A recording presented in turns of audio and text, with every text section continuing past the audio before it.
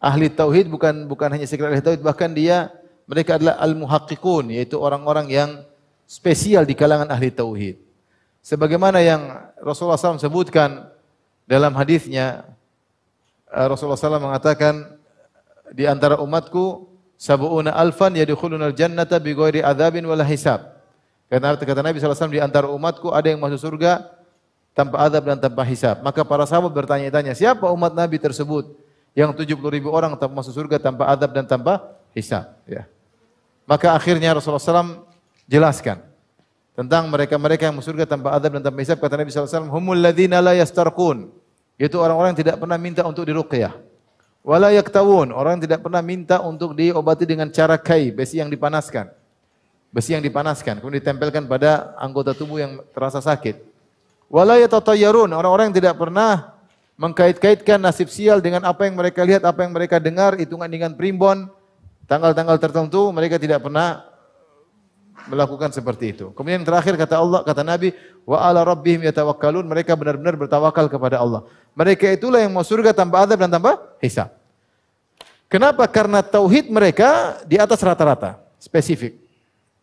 Kenapa? Pertama Rasulullah SAW sebutkan sifat mereka, humul ladzina la yastarqun, mereka tidak pernah minta untuk diruqyah.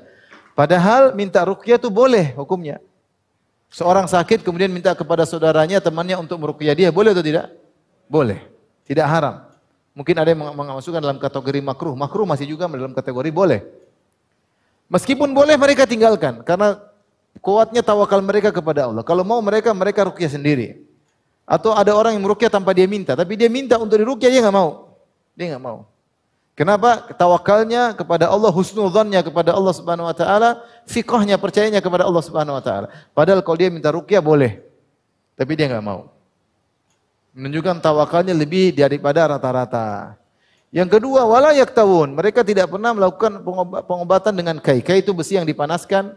Setelah dipanaskan sampai membara, kemudian ditempelkan pada tempat yang sakit. Dan ini dulu adalah pengobatan yang manjur di zaman Rasulullah SAW, dikenal oleh orang-orang Arab. Bahkan kata mereka, inilah obat yang terakhir. Kalau lain tidak bisa, maka ini terakhir insya Allah sembuh. Makanya disebutkan pepatah dalam istilah orang Arab, akhirul dawa al-kai. Pengobatan terakhir adalah dengan kai, dengan besi yang dipanaskan. Sampai sekarang masih ada ya. Nah mereka ini, meskipun ini adalah pengobatan yang dibolehkan, meskipun makruh tapi masih dalam kategori boleh, mereka tidak mau. Mereka tidak mau. Karena mereka bertawakal kepada Allah. Karena orang bilang, kalau sudah kai pasti sembuh. Kalau sudah kai pasti apa? Sembuh. Mereka takut hati mereka bergeser, takut bahwasanya seakan-akan yang sebab inti penyembuhan adalah kai, khawatir lupa kepada sang pemberi kesembuhan, yaitu Allah Subhanahu wa taala. Ini boleh tapi mereka tinggalkan. Yang ketiga, mereka tidak pernah bertatoyur. Tidak bertatoyur, saya katakan tadi. Tidak boleh, tidak mengkait-kaitkan nasib sial dengan apa yang mereka lihat dan apa yang mereka dengar. Zaman dahulu orang-orang Arab, kalau mereka ingin pergi bersafar atau melakukan kegiatan, mereka pergi ke burung tertentu. Kemudian mereka usir burung tersebut. Kalau burung tersebut terbang ke kanan, mereka lanjutkan perjalanan. Kalau burung tersebut terbang ke kiri, mereka enggak jadi. Ini namanya tatoyur. Ini syirik. Ini terjadi di zaman orang Arab dahulu. Ya. Demikian juga bil azlam. Bil azlam seperti mereka dalam botol mereka taruh 3. Maju, mundur, abstain. Kalau mereka satu mereka goyang. Kalau keluar lakukan, mereka lakukan. Kalau mereka goyang keluar jangan, mereka enggak jadi lakukan.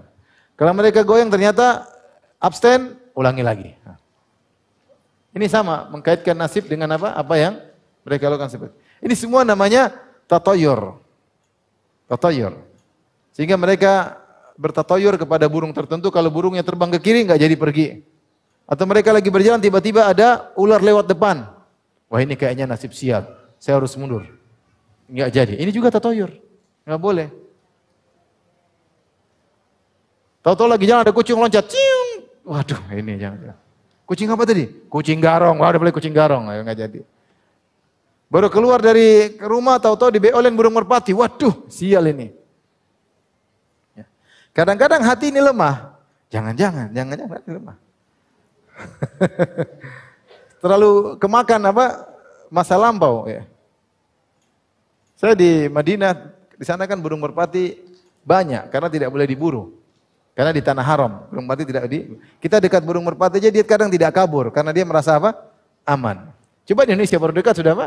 Kabur. Karena ini biasanya ditangkap, biasanya diburu. Kalau di Madinah burung-burung aman. Dan saking banyaknya terkadang dia beol. Saya pernah keluar dari apartemen, tahu-tahu burung merpati beol. Waduh. Saya pulang bersihkan lanjut lagi pergi. Ada kawan yang dibeolin burung merpati, kemudian dia protes. Dia bilang, "Wahai merpati, bumi ini luas. Kenapa harus saya yang dibeolin?" Tapi dia lanjut. Kapan hati kita tergoyang? Jangan-jangan itu tatoyur. Kalau ada hati goyang, bilang tawakkaltu ala Allah, bismillah. Jangan pedulikan. Kapan kita mundur, itulah tatoyur.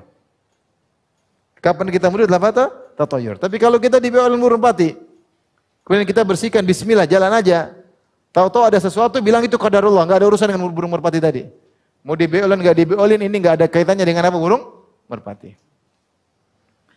Kemudian juga tatoyur dengan hari tertentu. Saya dulu ketemu pembantu di sana.